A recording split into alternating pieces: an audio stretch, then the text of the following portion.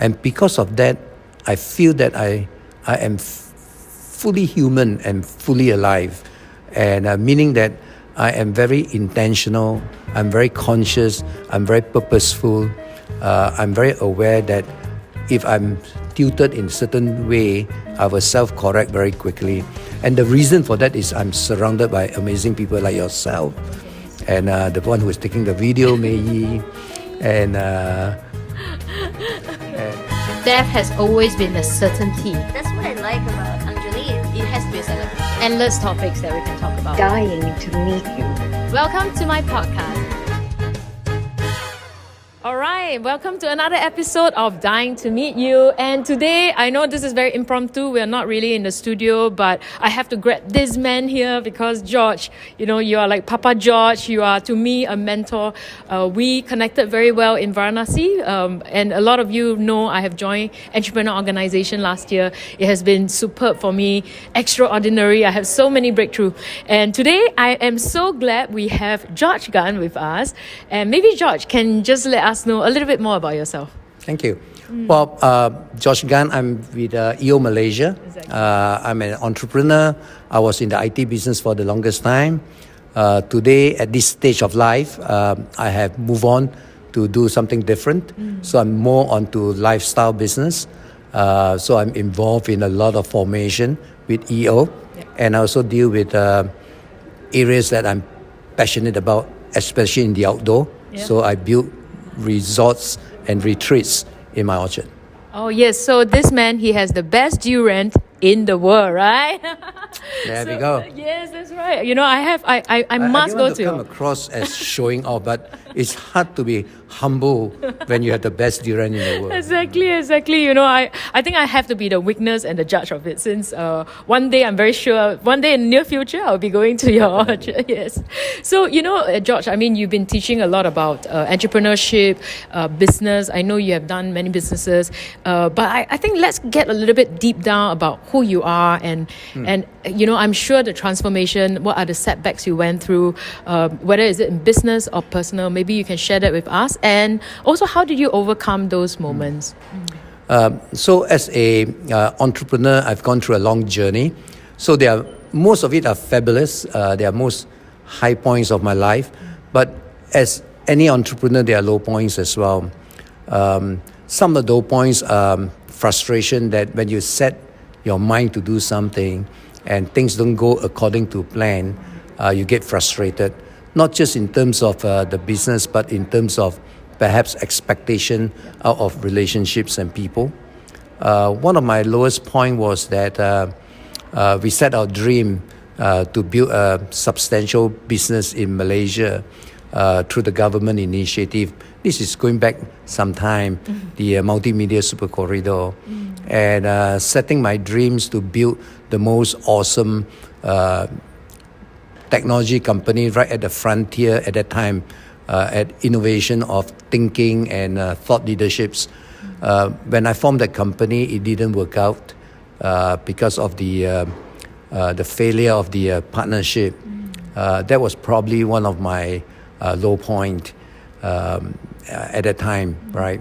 Whereby you have set some expectations to build a dream team, and when the dream team collapsed, and you take some ownership to that because you are leading the team, usually you are fairly harsh with yourself.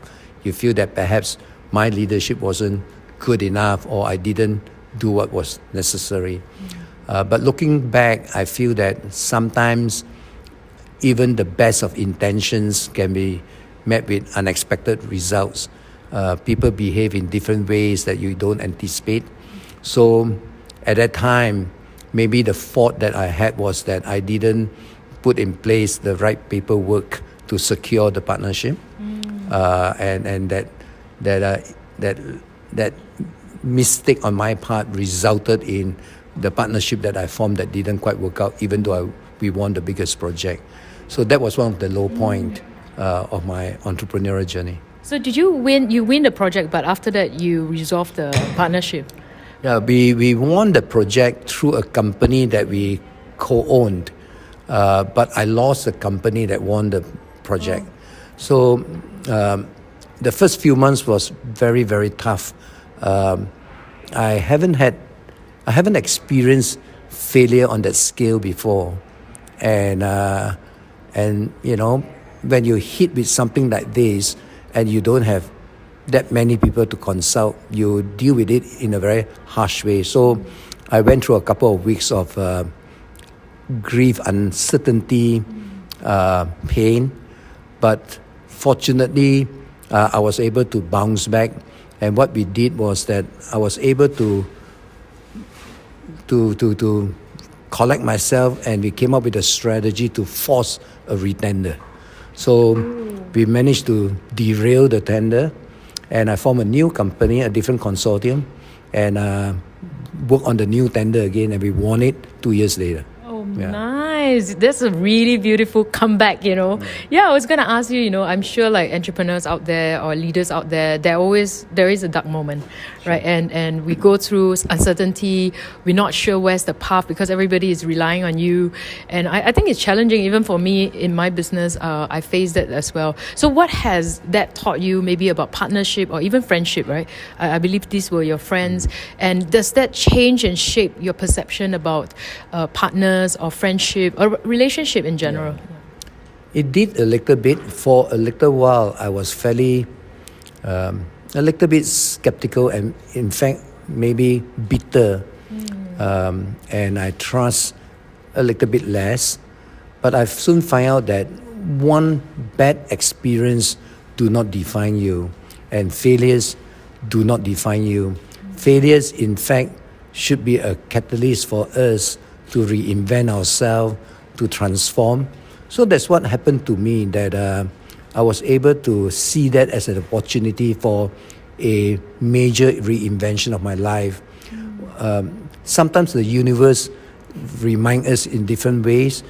Prior to that, I was all about work. I was a corporate guy. My business and my work was the center of my universe. But after that incident, my family became the center of my universe, that I was able to reorganize my life and my schedule and my priorities based around my family. So looking back now, they have gone through so many years, that was probably a very transformational moment in my life. It was accidental, but looking back, sometimes the universe works in strange ways. Yes. You know best in your industry, right? Yes, I think that's why it's always beautiful to learn from each other, and also your sharing and about relationship. So in terms of your highest point, will you consider that was the lowest point, and then when you re-win the project, that becomes your highest point, or is there another highest point in your life? Well, re-winning the project was a high point, but it quickly became a low point as well, because the second time we won it, I was in a very weak position. I was no longer the controlling interest of the company. Okay. And as an entrepreneur, having a minority share is very difficult, because entrepreneurs tend to want to drive directions and have a vision. And when you don't have that control of that vision and the direction of the company, it's very difficult for an entrepreneur to work in that environment. So short is that after a short while, it didn't work out. So I decided to change my whole lifestyle. So I decided to move into other areas. That's how when I become the best durian farmer in Malaysia. So I moved from the corporate world into a different environment. So I went into agriculture, I went to property. But the biggest thing that came out of it was that I became the best father in the world. I was able to channel all the energy that I used to channel my obsession, my business was like a cult. I was able to change that and convert all those energy to my children. So I become fanatical about being a good father, fanatical about building amazing bonds and friendship with my kids. And I started this tradition on a one-on-one holiday with each one of my kids. And it started about that time. And because of that, now looking back, that was probably the most successful thing I've done. I was able to have very special one-on-one holiday with each of my kids. And those brought back tremendous memories, and amazing moments. And if I look at each one of those moments are the sum total of what the life we have, right? So our life is the accumulation of those moments. So now looking back, I might have lost certain things, but I became prosperous because of that. I become prosperous because I got some wealth, I got some health, I got some meaningful relationships. I have very, very amazing family life. So I became a prosperous person. Wow, I really like that word and that learning, that you just use moments is the sum total of our life. Absolutely. And I think you continue to spread your one-to-one travel, with your children. Yeah. And I actually managed to do that when I was in France last year, where I had 1 week just with my girl, just south of France, and she's only 3. But I thought it was easier to, sort of control her than to control my husband, because whenever I travel, I want to go this place, and then maybe, my husband say, oh, but we should go there first. But with my daughter, she's like, Mommy, where do we go? And I love that bonding with her. And I think that is something that I heard from a lot of EOers that you have inspired them to do. Yeah, and that relationship where you say you become prosperous. Because you did share earlier that family becomes the center of your universe. So with that shift, what is the relationship like with your children and your family? Yeah. I have shared my nectar tradition and practice with many people, many EO members, and they started the same. Some of them are very, very busy, so they say they do it another time. When I started with my children, they were maybe 8, 9, 10 years old. And like with my eldest son, Gavin, because he loved camping and the outdoor, it is something that two of us enjoy very much. So I do a lot of camping and trekking with him all over the world, from the rainforest of Malaysia to Borneo, to Machu Picchu, to Dubai. We go everywhere to do that. And when he was at university, I continued to do the one-on-one. But I recall that in his second year at university in Edinburgh, he told me that he's coming back for a holiday to Malaysia, and I was so excited. So I took out my tent, I cleaned up my tent, I started to do some research on the next big adventure that we can have. But a month before he came back, I had a call from him, and Gavin said to me, Papa, Alice is coming back with me. I said, who's Alice? He said, oh, Alice is my girlfriend. And we'll come back to Malaysia for about a week. Then Alice and I, we are going to Komodo Island for 2 weeks to do scuba diving. And on our way back to the UK, we'll come back to KL for a week. So I quietly keep my tent, put everything away, cancel the plans. But that is the right thing for him to do, because he has to build new relationships. And I have to appreciate that. But what I'm saying is that moments that we can spend with our children is not forever. There's an expiry date. And when our kids get to a certain age, they have to build new relationships and bond with other people. And that is something that is rightfully what they need to do. So for many of us that wants to do that, there is a shelf life as far as how long you can do that. So you can probably do 15 years or even less, right? And there's a very little opportunities. So if you have a chance to do it, I would suggest that you do it as soon as you can. Yeah, don't regret it, exactly, in my line of work, there's so many times where people said they regret not saying things, they regret not doing things. And I read the statistics that 90% of the people, they live life, but they die with regrets. So is there any regrets in particular at this moment that you still hold on to? Well, I'm very lucky. It's not a perfect life. I have a lot of imperfection. I have some missed opportunities and so forth. But on the whole, I live a very conscious life. And the reason is that I surround myself with people who are very aware, very conscious. And because of that, I feel that I am fully human and fully alive. And meaning that I am very intentional, I'm very conscious, I'm very purposeful. I'm very aware that if I'm tilted in a certain way, I will self-correct very quickly. And the reason for that is I'm surrounded by amazing people like yourself, and the one who is taking the video, Mei Yi, and And and because of that, I have some regrets, but they are not major regrets in the sense that because I'm so aware, every day I wake up, I'm very conscious of what is my purpose for the day. I'm very conscious about what I'm doing. And every month, every year pass by, I'm very conscious that I am living life to the best I can, to the fullest I can. So even with that, the sad thing is that even if I live a very purposeful life, a very conscious life, a lot of self-awareness, time still pass by. Exactly. I can't hold time. And that's a sad part, you know, that I wish that if because I'm so mindful and I'm so aware, I can hold time, but I can't.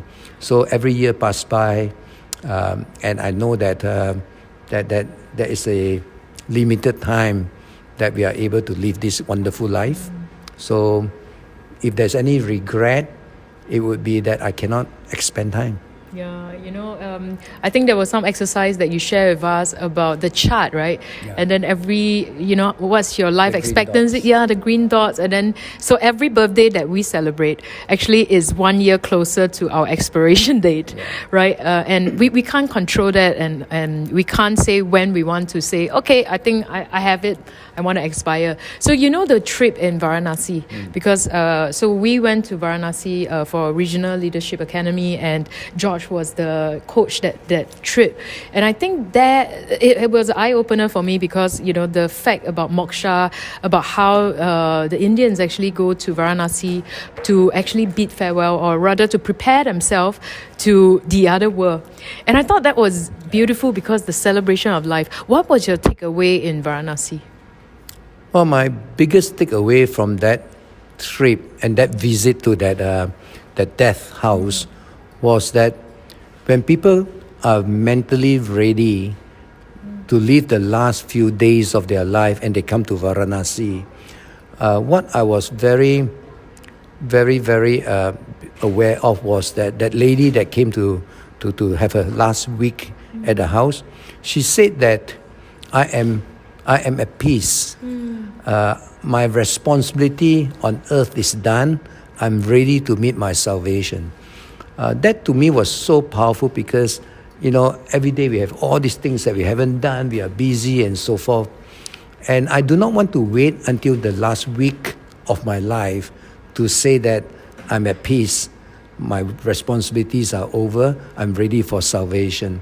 I want to be able to reach a point in my life now whereby I can say to myself, I'm at peace, my responsibilities are done, I'm ready to meet my salvation anytime, and then continue to live a long life. And I thought, if I can achieve that, and I'm working towards that, how peaceful would it be? How powerful the state of mind would be that you're at peace and your responsibility are done, you're ready anytime. Exactly. And then you leave it because you have the time. Yeah. That's something that inspired me. Absolutely, I think I was very inspired by that. To live life in the moment, and then not be afraid. Death is not a topic that should be feared because that's the only certainty in life, right? We don't know whether we'll fall sick, we don't know when we'll meet an accident, but we know the only certainty is death. So as I always say that every one of us have different journeys, but our destination is the same. So have you ever thought about how you want your farewell to be? Imagine there's like a blank canvas. How would you like to bid farewell to all of us? Well, in the book Tuesday with Maurice, I was taken up by this whole notion of a living funeral, right? That instead of waiting for you to be dead and then all your friends come around and say all the nice thing about you, the notion of having a living funeral was very appealing. But being Asian is so pantang and so, so I haven't reached a stage whereby I need to have that. Exactly. But the idea of celebrating one's coming to end of life and not having negative thoughts about it is something that is appealing to me. I don't think I've crossed the mark whereby I say, hey, I'm ready to go yet. But I'm working towards the idea that death is something that I should invite and embrace it openly versus being afraid of it, right? because whether I'm afraid or I'm not afraid of it, it will come to me ultimately. So I am moving towards a state of mind whereby I can prepare myself better. Not that I'm going to go any day soon, but I'm prepared a bit better, and maybe in the preparation, it allowed me to live in a better way, right? So if I'm more prepared for death, then perhaps my living become more powerful. Yeah, absolutely. Yeah, I think when you have that part in me, in your mind. So for me, I have done a lot of preparation because in so many deaths I've seen, I never know when will be the last breath I take. And I love that concept about living funeral as well, because I feel that if everybody were to come and say all the nice thing, and then that's what I believe in, that we should celebrate life. It's not about the death we celebrate, because we know that is going to come. But if we could celebrate life and sort of impact, the lives that we have impact, and they get to share the story, I think that would be very powerful for your generations to come. Like, who is Gong Gong, who is Ye Ye? I want to know more, and then we can share all these stories. So you read a lot. I know that you read extensively. Is there any books, because you talk about consciousness, you talk about being awareness. I think this is about self-development and self-growth. Is there any books that you will recommend to the audience, to the readers? Well, actually, on the contrary, I don't read that much, but I learn differently. I take bits and pieces from everywhere. So I read more short little passages versus books and books. Blinkies. But a lot of my learning is through conversation with people. I think that a conversation, a 1 hour conversation with a wise man is equivalent to reading 3 books, right? So I spend a lot of time talking to my mentors. I spend a lot of time talking to people that I have tremendous respect for, and I continue to learn and grow that way. So in terms of books, in terms of the little number of books that I've read, the one that really made an impression on me was the Manual of Life, by I can't even remember his name now. Manual of Life. That's where you need to check and Google. That's right. It's okay, we have Google. Because that book is so simple to read and yet makes so much sense. I mean, the premise of the book is that if you try to control things that are outside your control, it can only bring you misery, stress, and pain. So focus on controlling things that is within your control. Absolutely. And it's so simple and it's so powerful. Yeah. And I do take that into heart, and I do not get stressed over things that I cannot control. Exactly. And things that I can control, I control it very well. So I reduce my stress a lot, right? Yeah, absolutely. The quote that really inspired me when I was in secondary school was, nobody can make you feel inferior other than yourself. So it's all about controlling. So with that, maybe we come to the end. Just share with us, how would you like to be remembered? The legacy that you will leave, how would you like to be remembered? There's many, George, he has so many things in his mind. So much wisdom. I guess, excuse me. There's something that we always say, like, what were, if you have to have a chance to look at your obituary, or to draft your own obituary, how would you like it to be drafted? I think I'll probably like it to be said that I live a full life. I live a full life. I have loved. I've been loved, and maybe I've touched the lives of some people. Many. And I've been a great father to my children, a great husband to my wife, and I've lived a good life. And the best durian in the world. And grow the best durian in the world. Exactly. So, any last words or advice for our listener? Well, other than the fact that that living in the present is important, I plan a lot for the future, but I'm very conscious that every day is an important day, and I try to live every day to the best I can, and be very grateful. I live a grateful life. I'm thankful for whatever I have, so I complain less. I show up. I'm just happy for whatever I have, and to hang around good people like yourself, like that photographer there, Mei Yi, But you hang around good people that brings you good energy, you live a good life. Wow, thank you so much. It's amazing to get George to share, and I really like the fact that you say you live a full life, and I really think that you mean it and you are living it. So there you have George Gunn. I'm so privileged to have you. Thank you all, and I look forward to the next podcast of Dying to Meet You. Thank you, George. Thanks. Death has always been a certainty. That's what I like about Angjolie. It has to be a celebration. Endless topics that we can talk about. Dying to meet you. Welcome to my podcast.